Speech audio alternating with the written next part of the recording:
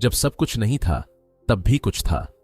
न आकाश, न पृथ्वी, न प्रकाश, न अंधकार, फिर भी एक मौन था, गहरा और अनंत। उस मौन में एक प्रश्न छिपा था जो आज भी मनुष्य के हृदय में धड़कता है। क्या सृष्टि किसी इच्छा से जन्मी या स्वयं ही अपने रहस्य में प्रकट हुई? क्या देवता पहले थे या देवता भी किसी अज्ञात सत्य की खोज थे? इन प्रश्नों के उत्तर किसी एक व्यक्ति ने नहीं लिखे। इन्हें गढ़ा गया अनुभूति से, अग्नि के पास बैठे अर्षियों की श्वासों में, तारों को निहारती आंखों की चुप्पी में। ऋग्वेद केवल एक ग्रंथ नहीं है, वह मनुष्य की पहली जिज्ञासा की ध्वनि है, पहली पुकार है जो अंधकार को चीरकर अर्थ खोजती है। कल्पना कीजिए उस समय की, जब भाषा अभी आकार ले रही थी, जब शब्द प्रार्थना थे और प्रार्थना ही ज्ञान थी। उस युग में आर्षि कोई विद्वान नहीं बल्कि सुनने वाले थे। वे हवा की गति, अग्नि की लपट और आकाश की नीरवता को सुनते थे। जो सुना गया वही मंत्र बना, जो अनुभव हुआ वही दर्शन बन गया। ऋग्वेद हमें देवताओं की कथाएं नहीं सुनाता बल्कि मानव चेतना की यात्रा दिखाता है। इंद्र केवल शक्ति नहीं, वह संघर्ष का प्रतीक है। अग्नि केवल आग नहीं, वह संकल्प है। वरुण केवल आकाश नहीं, वह नैतिक बंधन है। और सबसे गहरा प्रश्न, सृष्टि कैसे आरंभ हुई, वह किसी निश्चित उत्तर में नहीं बंधता। एक सूक्त कहता है, शायद किसी ने इसे रचा, शायद नहीं। शायद वह जो ऊपर है वह जानता हो, या शायद वह भी नहीं जानता। यह अनिश्चितता ही ऋग्वेद की आत्मा है। यहां उत्तर से अधिक साहसिक प्रश्न है, यहां विश्वास के साथ संदेह भी है। आज जब मनुष्य फिर से अर्थ खोज रहा है, तब यह प्राचीन स्वर हमें पुकारता है। यह कहता है, रुक जाओ, सुनो और भीतर झांको, क्योंकि सृष्टि का आरंभ बाहर नहीं, चेतना के भीतर घटित होता है। क्या हम उस मौन को सुनने के लिए तैयार हैं जहां से सब कुछ शुरू हुआ? उस आरंभिक जिज्ञासा में भय भी था, आशा भी थी और विस्मय भी था। ऋग्वेद हमें सिखाता है कि प्रश्न से डरना नहीं, क्योंकि प्रश्न ही मनुष्य को आकाश तक उठाता है। जब हम पूछते हैं तब हम जीवित होते हैं, और जब सुनते हैं तब भीतर एक नया ब्रह्मांड जन्म लेता है। यही यात्रा आज भी जारी है, यही पुकार अब आपके भीतर गूंज रही है। उस गूंज को दबाइए मत, क्योंकि वही आपको स्वयं से मिलाती है। इस कथा का आरंभ अब भी हुआ है और इसका अर्थ आपके अनुभव से पूरा होगा, यदि आप मौन से मित्रता करें और प्रश्नों को सम्मान दें। शेष सब स्वयं प्रकट होगा, जैसे भोर में प्रकाश धीरे धीरे उतरता। बहुत पहले, जब इतिहास नहीं था और स्मृति ही समय थी, तब मानव जीवन प्रकृति की गोद में सांस लेता था। न नगर थे, न दीवारें, न लिखित नियम। मनुष्य आकाश के नीचे रहता था और आकाश ही उसकी छत था। नदियां उसकी शिराएं थीं, वन उसका आश्रय और अग्नि उसकी पहली गुरु। उसी परिवेश में ऋग्वेद की पृष्ठभूमि बनी, किसी एक दिन में नहीं बल्कि पीढ़ियों की लंबी श्वासों में। उस युग के लोग स्वयं को प्रकृति से अलग नहीं मानते थे। सूर्य उगता तो भीतर भी कुछ जागता, वर्षा होती तो केवल धरती नहीं भीगती, मन भी भीग जाता। यह कोई रोमांटिक कल्पना नहीं बल्कि जीवन की सच्चाई थी। भय और आश्चर्य साथ साथ चलते थे। बिजली की कड़क में देवत्व दिखता था और अंधेरी रात में अनंत का डर। आर्षि किसी सिंहासन पर बैठे ज्ञानी नहीं थे, वे सामान्य जीवन जीने वाले संवेदनशील मनुष्य थे। वे खेतों में काम करते, पशुओं के साथ चलते, बच्चों की हंसी सुनते, पर उनके भीतर एक अतिरिक्त शांति थी, एक गहरी सुनने की क्षमता। वे केवल बोलते नहीं थे, वे प्रतीक्षा करते थे। प्रकृति जब बोलती तब वे मौन हो जाते। सामाजिक संरचना सरल थी पर भावनाएं जटिल। जीवन असुरक्षित था। अकाल, रोग, हिंसक पशु, अनिश्चित मौसम, सब कुछ किसी भी क्षण जीवन छीन सकता था। इसी असुरक्षा ने प्रश्नों को जन्म दिया। यह सब क्यों है? कौन इसे चलाता है? क्या कोई सुन रहा है? इन प्रश्नों के उत्तर खोजने में ही पूजा जन्मी। पूजा किसी नियम से नहीं, कृतज्ञता से आई। अग्नि में आहुति केवल अनुष्ठान नहीं थी, वह भय को शब्द देने का प्रयास था। जब अग्नि जलती तो लगता कोई है जो देख रहा है। यही अनुभूति धीरे धीरे देवताओं के रूप में व्यक्त हुई। इंद्र शक्ति का प्रतीक बने क्योंकि मनुष्य को शक्ति चाहिए थी। अग्नि संदेशवाहक बने क्योंकि मनुष्य अपनी बात पहुंचाना चाहता था। सोम आनंद बने क्योंकि जीवन में क्षणिक विस्मय भी आवश्यक था। हर देवता मानव अनुभव का विस्तार था, कोई बाहरी सत्ता नहीं। उस समय ज्ञान लिखा नहीं जाता था, वह कंठ में बसता था। मंत्रों को याद रखना केवल स्मृति नहीं, साधना थी। शब्दों का उच्चारण, श्वास का संतुलन और भावना की शुद्धता सब एक साथ चलते थे।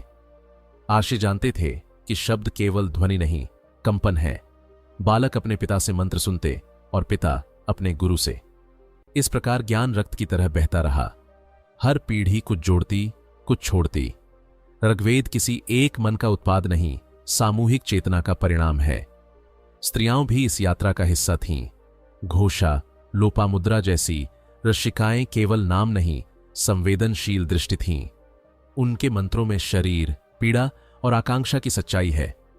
इससे पता चलता है कि यह दर्शन केवल पुरुषों का नहीं, मानवता का था। भावनात्मक वातावरण गहरा था। आनंद के क्षण कम थे पर तीव्र थे। दुख सामान्य था पर स्वीकार्य। मृत्यु डरावनी थी पर अंतिम नहीं मानी जाती थी। इसी कारण आत्मा, रथ और पुनरावृत्ति जैसे विचार जन्मे। रथ का विचार एक नैतिक व्यवस्था उस समय की सबसे बड़ी खोज थी। यह समझ कि ब्रह्मांड किसी नियम से चलता है और मनुष्य भी उसी नियम का भाग है। यह नियम किसी दंड से नहीं, संतुलन से जुड़ा था। इसी पृष्ठभूमि में ऋग्वेद की ध्वनियां उठीं। वे केवल स्तुति नहीं थीं, वे संवाद थीं, मनुष्य और ब्रह्मांड के बीच चलती हुई बातचीत। हर मंत्र एक प्रयास था, समझने का, जुड़ने का और स्वीकार करने का। यह प्रारंभिक काल किसी स्वर्ण युग की कथा नहीं, बल्कि साहस की कहानी है। उस साहस की जिसमें मनुष्य ने पहली बार आकाश की ओर देखकर पूछा, मैं कौन हूं? और उसी प्रश्न की गूंज आज भी ऋग्वेद के शब्दों में जीवित है, शांत, गहरी और अनंत। एक समय ऐसा आया जब प्रश्न केवल बाहरी नहीं रहे, वे भीतर उतरने लगे। अग्नि के सामने बैठा आर्षि अब आकाश से कम और अपने मन से अधिक बात करने लगा। यह कोई अचानक घटना नहीं थी, बल्कि धीरे धीरे घटित हुआ परिवर्तन था। बाहर की शक्ति को पूजते पूजते भीतर की चेतना जागने लगी। यही वह क्षण था जहां ऋग्वेद केवल देवताओं का स्तवन नहीं रहा, बल्कि सृष्टि के रहस्य पर ठहर कर देखने लगा। आर्षि अनुभव करने लगे कि हर उत्तर किसी नए प्रश्न को जन्म देता है। इंद्र की विजय गाई गई, पर उसी के साथ यह शंका भी उठी कि शक्ति का स्रोत क्या है। अग्नि को संदेशवाहक कहा गया, पर यह भी पूछा गया कि संदेश किस तक जाता है। इसी जिज्ञासा ने ऋग्वेद को मोड़ दिया, बाहरी आस्था से आंतरिक खोज की ओर। सबसे गहरा परिवर्तन तब आया जब आर्षियों ने सृष्टि के आरंभ पर दृष्टि डाली। यह कोई कथा गढ़ने का प्रयास नहीं था, यह उस क्षण को महसूस करने की कोशिश थी जब कुछ भी नहीं था, न दिन, न रात, न सत, न असत। यह कल्पना नहीं, बल्कि मौन का अनुभव था। उसी मौन से नासदीय सूक्त जन्मा। इस सूक्त में कोई घोषणा नहीं है, कोई निश्चित स्वर नहीं, केवल प्रश्न है, संकोच है और विनम्रता है। क्या तब कुछ था? क्या तब कुछ नहीं था? क्या अंधकार अंधकार में छिपा था? इन पंक्तियों में मनुष्य का पहला दार्शनिक साहस दिखाई देता है। यह स्वीकार कि शायद हम नहीं जानते। यही स्वीकार ऋग्वेद का केंद्रीय विचार बन गया। जानने की लालसा के साथ न जानने की स्वीकृति। आर्षि यह समझने लगे कि ब्रह्मांड कोई सरल पहेली नहीं, यह एक रहस्य है जो जितना खुलता है उतना गहरा होता जाता है। इस बोध ने देवताओं की भूमिका को भी बदल दिया। वे अब अंतिम सत्य नहीं रहे, वे मार्गदर्शक बने, प्रतीक बने। स्वयं देवताओं की उत्पत्ति पर प्रश्न उठे। यह उस समय के लिए क्रांतिकारी विचार था। जब पूजा के भीतर प्रश्न जन्म ले, तब दर्शन आरंभ होता है। अर्षियों के भीतर संघर्ष भी था। भय था कि प्रश्न आस्था को तोड़ देंगे, पर साथ ही यह भी अनुभव था कि बिना प्रश्न आस्था खोखली हो जाएगी। इसी द्वंद्व में ऋग्वेद की आत्मा आकार लेती है। यह न अंधविश्वास है, न नास्तिकता, यह खोज है। इस खोज का स्वर बहुत कोमल है, कोई चुनौती नहीं, कोई विद्रोह नहीं, केवल शांत पूछताछ। जैसे कोई बालक अपनी माता से पूछता है, यह सब कैसे हुआ? यही सरलता इसे गहरा बनाती है। रथ की धारणा यहां और स्पष्ट होती है। ब्रह्मांड किसी इच्छा से नहीं, बल्कि संतुलन से चलता है। सूर्य इसलिए नहीं उगता कि कोई चाहता है, बल्कि इसलिए कि नियम है, और यह नियम किसी देवता से ऊपर है। यह विचार मनुष्य को ब्रह्मांड के सामने विनम्र बनाता है। आर्षि समझने लगे कि सृष्टि कोई समाप्त घटना नहीं, यह निरंतर घट रही प्रक्रिया है। हर श्वास के साथ, हर विचार के साथ। सृष्टि बाहर भी है और भीतर भी। जब मन में विचार जन्म लेता है, वही सृष्टि है। यही वह बिंदु है जहां ऋग्वेद केवल ब्रह्मांड की कथा नहीं, चेतना की कथा बन जाता है। सृष्टि का आरंभ कोई दूर अतीत नहीं, बल्कि हर क्षण का अनुभव है। जब मन मौन होता है, तब वही आदि क्षण लौट आता है। इस अनुभूति ने ऋषियों को बदल दिया। वे अब उत्तर देने वाले नहीं, प्रश्न में रहने वाले बने। उनके मंत्रों में ठहराव है, जल्दबाजी नहीं। वे जानते थे कि सत्य को पकड़ा नहीं जा सकता, केवल जिया जा सकता है। यही कारण है कि ऋग्वेद आज भी जीवित है, क्योंकि यह निष्कर्ष नहीं देता, बल्कि यात्रा देता है। यह कहता है, चलो साथ चलें और देखें, बिना भय के, बिना आग्रह के। यह मोड़ केवल दार्शनिक नहीं था, मानवीय भी था। मनुष्य ने पहली बार स्वयं को केंद्र से हटाया, ब्रह्मांड को स्वयं से बड़ा स्वीकार किया, और उसी क्षण भीतर एक गहरी शांति जन्मी। यही ऋग्वेद का मूल विचार है। सृष्टि किसी उत्तर से नहीं, प्रश्न से शुरू होती है, और प्रश्न तब तक जीवित रहते हैं जब तक मनुष्य जीवित है। उसी जीवंतता में ऋग्वेद सांस लेता है, आज भी आपके भीतर। ऋग्वेद का स्वरूप किसी एक ग्रंथ की तरह स्थिर नहीं है। वह एक प्रवाह है जो समय के साथ बहता रहा। उसकी सबसे बड़ी देन कोई सूचीबद्ध सिद्धांत नहीं, बल्कि अनुभूति की परंपरा है। उसके मंत्र किसी पुस्तक के अध्याय नहीं, बल्कि मनुष्य और ब्रह्मांड के बीच हुए संवाद की स्मृतियां हैं। यही उसकी सबसे बड़ी रचना है। ऋग्वेद में जो कुछ भी कहा गया, वह सुनकर लिखा नहीं गया, बल्कि जीकर बोला गया। अग्नि के पास बैठे आर्षि जब शब्द उच्चारित करते, तब वे स्वयं भी नहीं जानते थे कि वे क्या रच रहे हैं। उनके लिए यह कोई काव्य नहीं, कोई ग्रंथ निर्माण नहीं था। यह तो उस क्षण की सच्चाई थी जो शब्द बनकर प्रकट हो गई। सबसे पहली और सबसे गहरी रचना है देवताओं के साथ मनुष्य का संबंध। यह संबंध भय से शुरू होता है, पर धीरे धीरे संवाद में बदलता है। इंद्र के स्तवन में केवल युद्ध की कथा नहीं, बल्कि आंतरिक संघर्ष की प्रतिध्वनि है। जब इंद्र वृत्र को पराजित करता है, तब वह केवल एक दैत्य का अंत नहीं, बल्कि जड़ता पर चेतना की विजय है। अग्नि को बार बार बुलाया गया, क्योंकि अग्नि ही वह सेतु है जो दृश्य और अदृश्य को जोड़ता है। हर आहुति के साथ मनुष्य अपनी सीमाओं को स्वीकार करता है। अग्नि ऋग्वेद में केवल देवता नहीं, वह साक्षी है। वह देखता है कि मनुष्य क्या देता है और क्या चाहता है। वरुण का स्वर अलग है, वहां भय कम और नैतिक गहराई अधिक है। वरुण रथ का रक्षक है। वह याद दिलाता है कि ब्रह्मांड केवल शक्ति से नहीं, संतुलन से चलता है। उसके मंत्रों में पश्चाताप है, आत्म परीक्षण है। मनुष्य पहली बार अपने कर्मों को देखता है। सोम के मंत्रों में आनंद है, पर वह उन्माद नहीं। सोम के मंत्रों में आनंद है, पर वह उन्माद नहीं। वह उस क्षण की अनुभूति है जब मनुष्य स्वयं को भूलकर व्यापकता में डूब जाता है। सोम कोई नशा नहीं, चेतना का विस्तार है। उसके माध्यम से आर्षि उस सीमा को छूते हैं जहां शब्द टूट जाते हैं। ऋग्वेद की एक अनूठी देन है प्रश्नात्मक सूक्त। नासदीय सूक्त इसका सर्वोच्च उदाहरण है। यहां सृष्टि की कथा नहीं, सृष्टि पर ठहराव है। ये स्वीकार कि शायद कोई नहीं जानता, यहां तक कि वह भी नहीं जो सबसे ऊपर है। यह वाक्य मानव इतिहास की सबसे विनम्र पंक्ति है। इस विनम्रता ने ही दर्शन को जन्म दिया। ऋग्वेद ने यह सिखाया कि ज्ञान का अर्थ दावा नहीं, जिज्ञासा है। जो कहता है मैं जानता हूं, वह बंद हो जाता है। जो कहता है शायद, वह खुला रहता है। अर्थ की अवधारणा ऋग्वेद की सबसे गहरी रचना है। यह कोई कानून नहीं, बल्कि लय है। जैसे संगीत में सुर होते हैं, वैसे ही ब्रह्मांड में घटनाएं। जब मनुष्य उस लय के साथ चलता है, तब शांति होती है। जब वह उससे बाहर जाता है, तब विघटन होता है। मानव जीवन के लिए यह एक मौलिक योगदान था। पहली बार नैतिकता किसी आदेश से नहीं, बल्कि ब्रह्मांडीय संतुलन से जोड़ी गई। यह विचार आगे चलकर कर्म, धर्म और मोक्ष की धारणाओं का आधार बना। ऋग्वेद ने भाषा को भी नया रूप दिया। शब्द अब केवल संकेत नहीं रहे, वे शक्ति बने। मंत्रों का उच्चारण शुद्धता से किया जाता था, क्योंकि माना जाता था कि शब्द वास्तविकता को प्रभावित करते हैं। यह समझ कि भाषा और अस्तित्व जुड़े हैं, एक क्रांतिकारी योगदान था। इन सब के बीच ऋग्वेद ने कभी यह नहीं कहा कि यही अंतिम सत्य है। उसने द्वार खोले, रास्ते नहीं थोपे। यही कारण है कि आगे चलकर उपनिषद, दर्शन और विविध विचारधाराएं जन्म ले सकीं।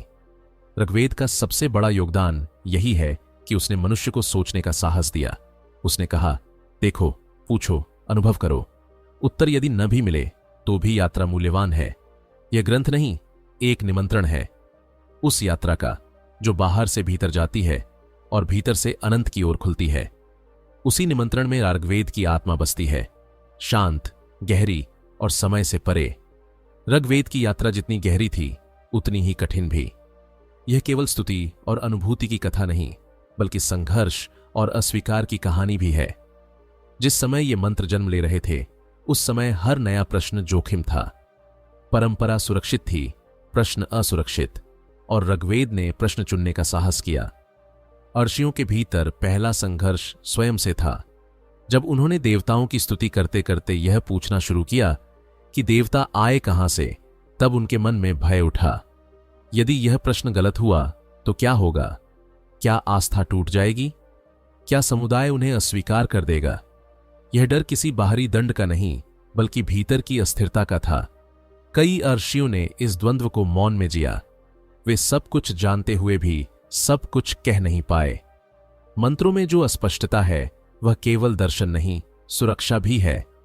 सीधे कहना जोखिम भरा था, इसलिए संकेतों में कहा गया, शायद, संभव है, कौन जानता है।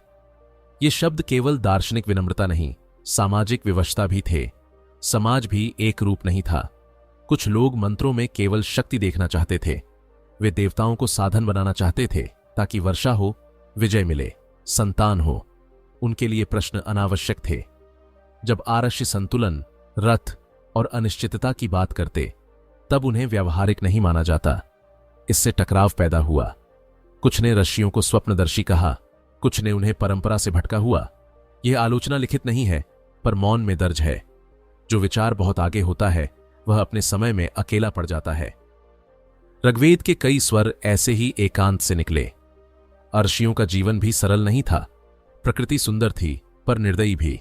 अकाल, रोग, असमय मृत्यु, ये सब रोज की सच्चाइयां थीं। जब कोई मंत्र वर्षा के लिए रचा जाता और वर्षा नहीं होती तब निराशा आती। क्या हमने ठीक कहा? क्या देवता सुनते हैं? या शायद सुनने वाला कोई है ही नहीं? इस असफलता ने भी प्रश्नों को जन्म दिया। यदि सब कुछ मंत्रों से नहीं बदलता तो मंत्रों का अर्थ क्या है? यही प्रश्न ऋग्वेद को और गहरा करता है।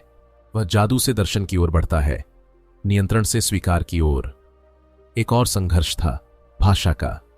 जो अनुभव हुआ उसे शब्दों में बांधना आसान नहीं था। मौन को बोलना, अनंत को सीमित ध्वनियों में रखना, यह पीड़ा का कार्य था। कई बार शब्द टूटते थे, अर्थ फिसल जाता था। आर्षि जानते थे कि जो वे कहना चाहते हैं वह पूरी तरह कहा नहीं जा सकता। यही कारण है कि कई मंत्र अधूरे से लगते हैं। वे किसी निष्कर्ष पर नहीं पहुंचते। यह अधूरापन कमजोरी नहीं, ईमानदारी है। यह स्वीकार कि अनुभूति शब्दों से बड़ी है। आलोचना केवल बाहर से नहीं, भीतर से भी थी। ऋषियों ने स्वयं अपने विचारों पर प्रश्न उठाए। क्या हम भ्रम में हैं? क्या यह सब केवल कल्पना है? यह आत्मसंदेह ऋग्वेद की गहराई को बढ़ाता है। जो ग्रंथ स्वयं पर प्रश्न करता है वह स्थिर नहीं रहता। समय के साथ जैसे जैसे समाज संगठित हुआ, ऋग्वेद के खुले प्रश्न असुविधाजनक लगने लगे। निश्चित उत्तर चाहिए थे, नियम चाहिए थे। धीरे धीरे कुछ स्वर प्रमुख हुए, कुछ दब गए। ऋग्वेद का दर्शन पूरी तरह खोया नहीं, पर वह आंशिक रूप से ढक गया। कुछ ऋषियों के नाम तो बचे, पर उनके संघर्ष नहीं। उनके भीतर की रातें, उनके संदेह, उनकी चुप्पी, यह सब इतिहास में नहीं आया। पर मंत्रों की लय में आज भी वह थकान, वह अकेलापन महसूस किया जा सकता है। ऋग्वेद ने यह भी सहा कि उसे केवल कर्मकांड का ग्रंथ मान लिया गया। उसके प्रश्नात्मक स्वर को भुला दिया गया। यह किसी भी जीवित विचार के साथ होता है। जो असहज करता है उसे सरल बना दिया जाता है। फिर भी ऋग्वेद टूटा नहीं, क्योंकि संघर्ष उसका बाहरी आवरण नहीं, उसकी आत्मा था। प्रश्नों से जन्मा दर्शन आलोचना से डरता नहीं। वह जानता है कि अस्वीकार भी यात्रा का हिस्सा है। इन संघर्षों में ऋग्वेद अधिक मानवीय बनता है। वह पूर्ण नहीं, बल्कि ईमानदार है। वह कहता है, हमने खोजा पर सब नहीं पाया, हमने पूछा पर सब समझ नहीं सके, और यही स्वीकार उसे महान बनाता है। ऋग्वेद की यह पीड़ा आज भी प्रासंगिक है।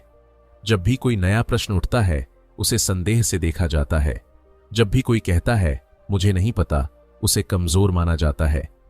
पर ऋग्वेद सिखाता है कि यही साहस है। इन आलोचनाओं, असफलताओं और एकांत के बीच ऋग्वेद जीवित रहा। उसने अपने प्रश्न नहीं छोड़े, और यही उसकी सबसे बड़ी विजय है, क्योंकि जो ग्रंथ अपने संघर्ष को स्वीकार करता है वही समय से आगे निकलता है। समय बीतता गया, अर्श चले गए, पर ऋग्वेद की ध्वनि नहीं रुकी। वह किसी स्मारक में बंद नहीं हुई, बल्कि श्वास की तरह पीढ़ियों में बहती रही। उसकी सबसे बड़ी विरासत यही थी कि उसने सोचने की दिशा बदल दी। उसने मनुष्य को बताया कि संसार केवल जीने की जगह नहीं, समझने की प्रक्रिया भी है। धीरे धीरे ऋग्वेद की दृष्टि समाज के भीतर उतरने लगी। यज्ञ केवल देवताओं को प्रसन्न करने का साधन नहीं रहा, बल्कि सामूहिक स्मृति का केंद्र बना। लोग एकत्र होते, मंत्र सुनते और अपने भीतर वही प्रश्न महसूस करते जो कभी ऋषियों ने महसूस किए थे। इस साझा अनुभव ने समुदाय को जोड़ा। रथ की धारणा ने सामाजिक जीवन को नई नींव दी। यह विचार कि हर कर्म का संतुलन से संबंध है, केवल आकाश तक सीमित नहीं रहा। वह मनुष्य के व्यवहार में उतर आया। न्याय, कर्तव्य और मर्यादा जैसे शब्द धीरे धीरे इसी चेतना से आकार लेने लगे। ऋग्वेद ने देवताओं को दूर बैठी शक्तियों की तरह नहीं, बल्कि जीवन में सक्रिय प्रतीकों की तरह प्रस्तुत किया। इससे भय कम हुआ और संवाद बढ़ा। मनुष्य अब देवताओं से डरता नहीं, उनसे बात करता था। यह परिवर्तन धार्मिक चेतना को अधिक मानवीय बनाता गया। भाषा पर भी इसका गहरा प्रभाव पड़ा। संस्कृत केवल संवाद की भाषा नहीं रही, वह चिंतन की भाषा बनी। शब्दों में सूक्ष्मता आई, भावों को व्यक्त करने की क्षमता बढ़ी। आगे चलकर दर्शन, काव्य और विज्ञान की भाषा इसी आधार पर विकसित हुई। ऋग्वेद की सबसे दूरगामी छाया उपनिषदों में दिखाई देती है। वहां प्रश्न और भी गहरे हुए। देवताओं से आगे जाकर आत्मा, ब्रह्म और चेतना पर ठहराव हुआ। यदि ऋग्वेद ने प्रश्न पूछने का साहस दिया, तो उपनिषदों ने उसी साहस को भीतर की यात्रा में बदला। समाज में गुरु और शिष्य की परंपरा मजबूत हुई। ज्ञान अब केवल अनुभव नहीं, संवाद बन गया। सुनना और कहना दोनों महत्वपूर्ण हुए। यह परंपरा आज भी जीवित है, हर उस क्षण में जब कोई सीखने के लिए स्वयं को खोलता है। ऋग्वेद का प्रभाव केवल धार्मिक नहीं, सांस्कृतिक भी था। उत्सव, ऋतुचक्र और जीवन की लय इसी चेतना से जुड़ी। वर्षा केवल प्राकृतिक घटना नहीं रही, वह कृतज्ञता का अवसर बनी। सूर्य केवल प्रकाश नहीं, जीवन की निरंतरता का प्रतीक बना। समय के साथ जब नए विचार आए, नए दर्शन जन्मे, तब भी ऋग्वेद अप्रासंगिक नहीं हुआ। उसने संघर्ष नहीं किया, बल्कि स्थान दिया। बौद्ध, जैन और अन्य परंपराओं में जो करुणा, संतुलन और प्रश्न दिखाई देते हैं, उनकी जड़ें इसी प्राचीन मिट्टी में हैं। राजनीतिक और सामाजिक परिवर्तन भी इससे अछूते नहीं रहे। राजा को केवल शक्तिशाली नहीं, उत्तरदायी माना जाने लगा। शासन को रथ के अनुरूप होना चाहिए, यह विचार धीरे धीरे स्वीकार हुआ। यह नैतिकता का बीज था जो आगे चलकर कानून और सामाजिक अनुशासन में बदला। विदेशी आक्रमणों, परिवर्तनशील समय और ऐतिहासिक उलटफेरों के बावजूद ऋग्वेद नष्ट नहीं हुआ। उसका कारण यह था कि वह पत्थर पर नहीं, चेतना में लिखा गया था, जिसे जलाया नहीं जा सकता, जिसे छीना नहीं जा सकता। आधुनिक युग में भी जब विज्ञान ने ब्रह्मांड के नए रहस्य खोले, ऋग्वेद अप्रासंगिक नहीं लगा। उसके प्रश्न आज भी गूंजते हैं। सृष्टि कैसे शुरू हुई? क्या चेतना मूल है? क्या नियम सर्वोपरि हैं?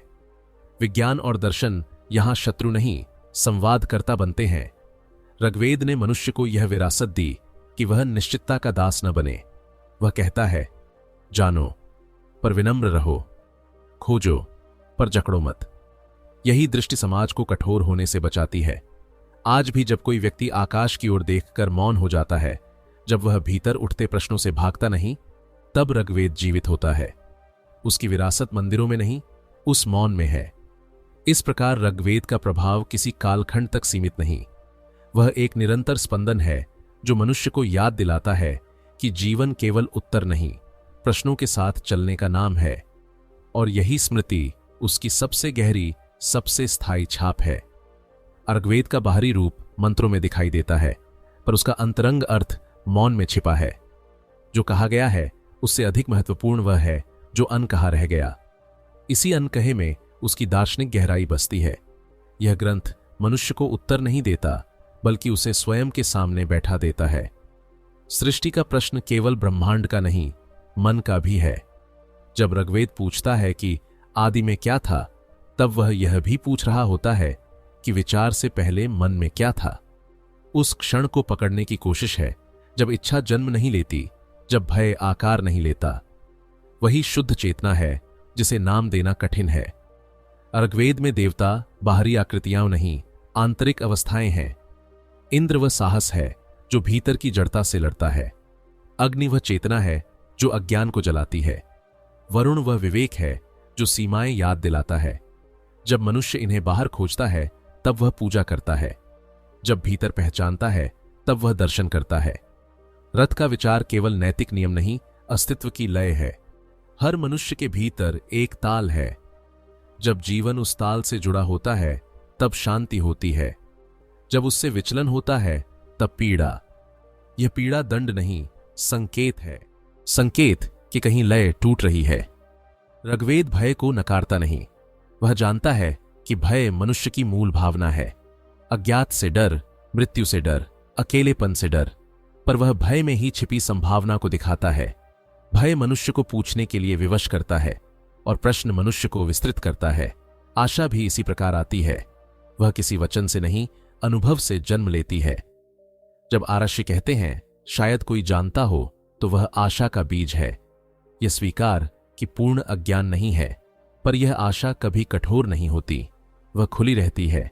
संदेह को ऋग्वेद पाप नहीं मानता, वह उसे यात्रा का साधन मानता है। संदेह बिना विनाश किए जड़ता को तोड़ता है। यही कारण है कि यहां निश्चितता से अधिक विनम्रता है। जो निश्चित है वह बंद है, जो संशय में है वह जीवित है। मानव इच्छा भी यहां नकारात्मक नहीं, इच्छा ही सृष्टि को आगे बढ़ाती है।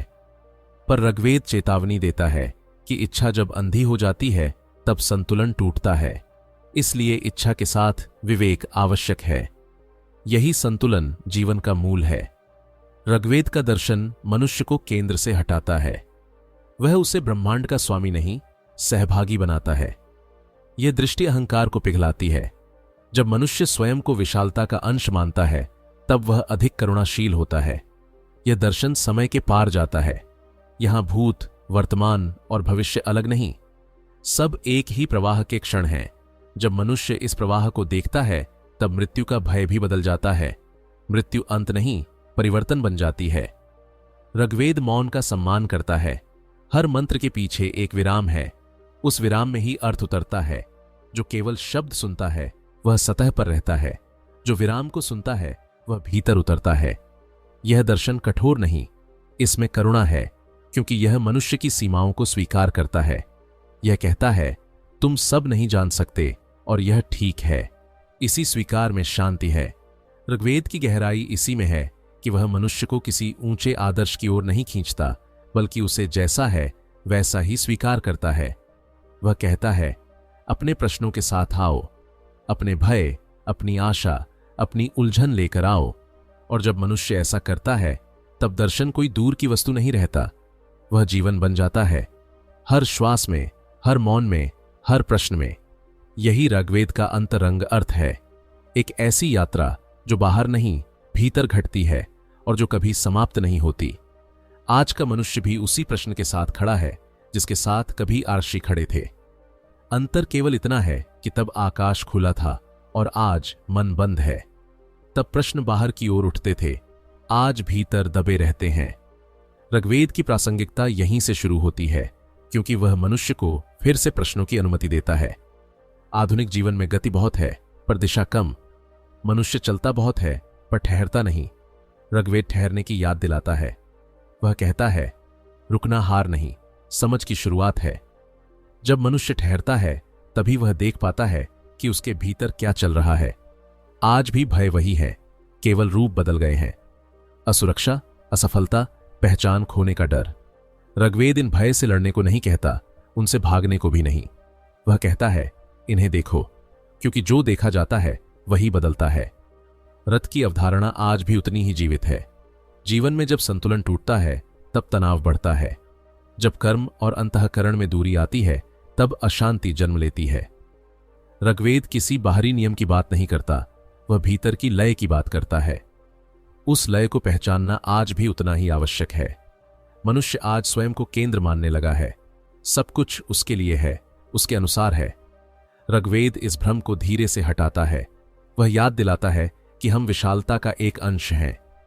यह समझ अहंकार को कम करती है और करुणा को जन्म देती है। आज संबंधों में भी वही समस्या है। सुनना कम हो गया है। हर कोई बोलना चाहता है, समझना नहीं। ऋग्वेद सुनने की परंपरा से जन्मा है। वह कहता है, पहले सुनो, प्रकृति को, दूसरे को और स्वयं को। सुनने से ही संबंध गहरे होते हैं। असंतोष आज का स्थायी भाव बन गया है। जो है वह पर्याप्त नहीं लगता। ऋग्वेद कृतज्ञता का अभ्यास सिखाता है। यह कृतज्ञता किसी मजबूरी से नहीं, जागरूकता से आती है।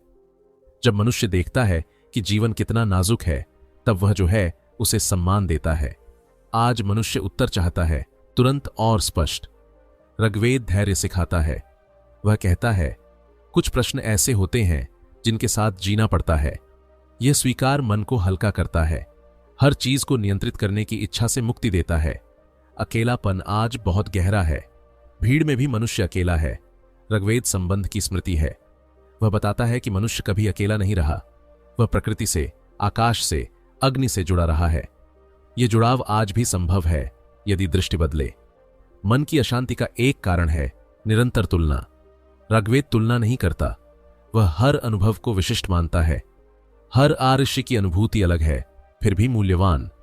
यह दृष्टि मनुष्य को स्वयं से मित्र बनाती है। आज नैतिकता अक्सर नियम बन गई है, क्या करना है क्या नहीं। ऋग्वेद नैतिकता को अनुभव से जोड़ता है। वह कहता है, जब संतुलन टूटता है तब भीतर कुछ चुभता है। वही संकेत है। बाहर के नियम से पहले भीतर की आवाज सुनो। भविष्य का भय भी आज बहुत है। क्या होगा, कैसे होगा। ऋग्वेद समय को प्रवाह की तरह देखता है। वह कहता है, जो है वही पर्याप्त है। भविष्य किसी दूर की वस्तु नहीं, वर्तमान की दिशा है। जब वर्तमान संतुलित होता है, भविष्य अपने आप सुलझता है। ऋग्वेद आधुनिक मनुष्य को सरल बनाता है। वह जटिलताओं को काटता नहीं, बल्कि उन्हें समझने की जगह देता है। वह कहता है, उलझन भी यात्रा का हिस्सा है, इसे हटाने की जल्दी मत करो। आज पहचान का संकट भी गहरा है। मैं कौन हूं, मेरी भूमिका क्या है। ऋग्वेद उत्तर नहीं देता, पर दिशा देता है। वह कहता है, तुम वही हो जो पूछ रहा है। प्रश्न करने वाला ही चेतना है। इस प्रकार ऋग्वेद आज भी मनुष्य के साथ चल सकता है। वह पीछे देखने को नहीं कहता, बल्कि भीतर देखने को कहता है। उसकी प्रासंगिकता किसी युग से नहीं, मानव स्वभाव से जुड़ी है। जब आधुनिक मनुष्य थक जाता है, जब उसे लगता है कि सब कुछ होते हुए भी कुछ नहीं है, तब ऋग्वेद का स्वर उसे धीरे से छूता है। वह कहता है, रुक जाओ, सुनो, प्रश्नों से मत डरो, क्योंकि उन्हीं में तुम्हारी यात्रा छिपी है। ऋग्वेद बहुत कुछ कहता है, पर उससे भी अधिक चुप रहता है। उसी चुप्पी में उसके सबसे गहरे पाठ छिपे हैं। जो शब्दों में नहीं उतरे, वही वास्तव में मनुष्य को भीतर तक छूते हैं। यह ग्रंथ उत्तर देकर संतुष्ट नहीं करता, वह प्रश्न छोड़ जाता है। ऐसे प्रश्न जिनके साथ मनुष्य को जीना पड़ता है। सबसे पहली मौन शिक्षा यह है कि सत्य एक रेखीय नहीं होता। ऋग्वेद में विरोधाभास डराने के लिए नहीं, जगाने के लिए है। कहीं देवताओं की स्तुति है, कहीं उन्हीं की उत्पत्ति पर प्रश्न। यह असंगति नहीं, ईमानदारी है। जीवन भी ऐसा ही है। उसमें स्पष्टता कम, धुंध अधिक होती है। ऋग्वेद मनुष्य को इस धुंध से भागना नहीं सिखाता, उसमें ठहरना सिखाता है। एक अनकहा सत्य यह भी है कि मनुष्य की सीमाएं उसका दोष नहीं। ऋग्वेद बार बार स्वीकार करता है कि शायद कोई नहीं जानता। यह स्वीकार कमजोरी नहीं, साहस है। आधुनिक मनुष्य अक्सर सब जान लेने का भार उठाता है। ऋग्वेद उस भार को उतारने का संकेत देता है। यह कहता है, न जानना भी मानवीय है। ऋग्वेद यह भी नहीं कहता कि आस्था और संदेह शत्रु हैं। वह दोनों को साथ रखता है। यह मौन संदेश देता है कि जो केवल विश्वास करता है वह जड़ हो सकता है, और जो केवल संदेह करता है वह खाली। जीवन इन दोनों के बीच घटित होता है। यही संतुलन उसकी अदृश्य शिक्षा है। एक और गहरी बात यह है कि सृष्टि का रहस्य कभी पूरी तरह खुलने के लिए नहीं है। यदि वह खुल जाए तो जिज्ञासा मर जाएगी। ऋग्वेद रहस्य को बचाकर रखता है। वह जानता है कि रहस्य ही जीवन को जीवंत बनाता है। जो पूरी तरह समझा जा चुका हो वह मन को आकर्षित नहीं करता। नैतिकता के विषय में भी ऋग्वेद कोई सीधी रेखा नहीं खींचता। वह यह नहीं कहता कि यह सही है और यह गलत। वह संकेत देता है कि जब संतुलन टूटता है तब भीतर कुछ बेचैन होता है। वही बेचैनी नैतिक बोध है। यह शिक्षा बहुत सूक्ष्म है पर गहरी। यह मनुष्य को बाहरी आदेश से मुक्त करती है। ऋग्वेद यह भी नहीं कहता कि मनुष्य केंद्र है, पर यह भी नहीं कहता कि मनुष्य महत्वहीन है। यह बीच का मार्ग दिखाता है। मनुष्य एक अंश है पर सचेत अंश। यह समझ अहंकार और हीनता दोनों से मुक्त करती है। यह मौन संतुलन की शिक्षा है। देवताओं के विषय में भी एक अनकहा सत्य है। वे पूर्ण नहीं हैं। वे संघर्ष करते हैं, हारते हैं, जीतते हैं। यह मनुष्य को यह संकेत देता है कि पूर्णता जीवन का लक्ष्य नहीं, प्रक्रिया लक्ष्य है। संघर्ष कोई असफलता नहीं, यात्रा का स्वाभाविक भाग है। ऋग्वेद की सबसे शांत शिक्षा यह है कि मौन भी भाषा है। हर मंत्र के पीछे एक ठहराव है। वह ठहराव सुनने वाले पर छोड़ दिया जाता है। यह भरोसा कि श्रोता स्वयं अर्थ खोज लेगा। आज जब हर बात समझाई जाती है, यह मौन और भी मूल्यवान हो जाता है। यह ग्रंथ यह भी नहीं कहता कि सबको एक ही मार्ग पर चलना चाहिए। हर आर्षि की अनुभूति अलग है। कोई अग्नि से जुड़ा, कोई आकाश से, कोई जल से। यह विविधता स्वीकार की गई है। यह मौन संदेश देता है कि सत्य तक पहुंचने के रास्ते अनेक हो सकते हैं। एक और अनकहा पाठ यह है कि समय रेखा नहीं, वृत्त है। सृष्टि का आरंभ कोई बीता हुआ क्षण नहीं, वह हर क्षण में घटित होता है। जब मनुष्य विचार से पहले के मौन को छूता है तब वही आदि क्षण लौट आता है। यह समझ मृत्यु के भय को भी बदल देती है। ऋग्वेद यह भी स्वीकार करता है कि कुछ प्रश्न अनुत्तरित ही रहेंगे। यह अधूरापन कोई कमी नहीं, यह मनुष्य को विनम्र बनाता है। जो सब कुछ जानने का दावा करता है वह सुनना बंद कर देता है। ऋग्वेद सुनने को जीवित रखता है। सबसे गहरी मौन शिक्षा शायद यह है कि जीवन को हल्के हाथ से पकड़ा जाए, न बहुत कसकर, न पूरी तरह छोड़कर। देवताओं से भी आग्रह है पर जिद नहीं। यह दृष्टि मनुष्य को कठोर होने से बचाती है। ऋग्वेद किसी निष्कर्ष पर नहीं पहुंचता, वह द्वार खुला छोड़ देता है। यह भरोसा करता है कि श्रोता अपनी यात्रा स्वयं पूरी करेगा। यही उसकी सबसे बड़ी अनकही बात है। जब मनुष्य इन मौन संकेतों को महसूस करता है तब उसे समझ में आता है कि यह ग्रंथ पढ़ने की नहीं, जीने की वस्तु है। इसके शब्द नहीं, इसकी चुप्पी मनुष्य को बदलती है। और शायद यही वह सत्य है जिसे ऋग्वेद कभी शब्दों में नहीं कहना चाहता था। ऋग्वेद की यात्रा किसी कथा की तरह शुरू होकर किसी निष्कर्ष पर समाप्त नहीं होती। वह एक वृत्त है जिसमें प्रवेश तो होता है पर बाहर निकलना नहीं, क्योंकि बाहर कुछ है ही नहीं। जो कुछ खोजा गया वह भीतर ही पाया गया। यही उसकी सबसे शांत, सबसे गहरी शिक्षा है। इस पूरी कथा में न कोई विजेता है, न कोई पराजित, न कोई अंतिम उत्तर है, न कोई पूर्ण सिद्धांत है। तो केवल मनुष्य अपनी जिज्ञासा के साथ, अपने भय और आशा के साथ।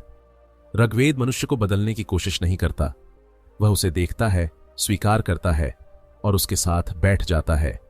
सृष्टि के आरंभ का प्रश्न अंत में जीवन के आरंभ का प्रश्न बन जाता है। हर सुबह, हर श्वास, हर विचार में वही आरंभ दोहराया जाता है। जब मनुष्य यह समझ लेता है तब वह भविष्य के बोझ से हल्का हो जाता है। तब उसे पता चलता है कि जीवन कहीं पहुंचने की दौड़ नहीं, बल्कि अनुभव की निरंतरता है। ऋग्वेद यह नहीं कहता कि भय मिट जाएगा। वह कहता है भय के साथ भी जिया जा सकता है। वह यह नहीं कहता कि संदेह समाप्त हो जाएगा। वह कहता है संदेह के साथ भी विश्वास संभव है। यही संतुलन जीवन को मानवीय बनाता है। इस यात्रा में मनुष्य यह भी सीखता है कि मौन से डरना नहीं चाहिए। मौन खाली नहीं होता, वह अर्थ से भरा होता है। जब शब्द थक जाते हैं तब मौन बोलता है। ऋग्वेद उसी मौन की स्मृति है। यह ग्रंथ किसी धर्म की सीमा में नहीं बंधता। वह किसी युग का कैदी नहीं, उसका संबंध केवल चेतना से है। जहां भी मनुष्य प्रश्न पूछता है वहां ऋग्वेद जीवित है। जहां भी मनुष्य विनम्र होकर कहता है मुझे नहीं पता, वहां उसकी आत्मा सांस लेती है। ऋग्वेद का नैतिक संदेश कोई आदेश नहीं, वह अनुभव से जन्मी संवेदना है। जब मनुष्य संतुलन से हटता है तब भीतर कुछ टूटता है, उसी टूटन से सीख आती है। यह सीख किसी दंड से नहीं, जागरूकता से आती है। अंत में ऋग्वेद मनुष्य को अकेला नहीं छोड़ता, वह उसे आकाश के नीचे खड़ा कर देता है, अग्नि के पास बैठा देता है और कहता है देखो, सुनो और महसूस करो, बाकी सब तुम स्वयं समझ लोगे। ये कथा यहीं समाप्त नहीं होती, क्योंकि जैसे ही आप इसे सुनकर मौन होते हैं ये फिर शुरू हो जाती है। आपके भीतर, आपके प्रश्नों में, आपके ठहराव में। यदि यह यात्रा आपके भीतर किसी हलचल को छू गई हो, यदि किसी प्रश्न ने सिर उठाया हो, तो उसे दबाइए मत। वही प्रश्न आपका मार्गदर्शक बनेगा, क्योंकि ऋग्वेद सिखाता है कि प्रश्न ही प्रकाश की पहली किरण है। इस शांति के साथ, इस मौन के साथ, इस खुलेपन के साथ आप अपनी यात्रा जारी रखें। सुनते रहें, पूछते रहें और जीवन को हल्के हाथ से थामे रहें।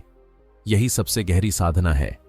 यदि आप ऐसी ही यात्राओं में हमारे साथ जुड़े रहना चाहते हैं तो इस मौन को अपने भीतर सहेज कर रखिए।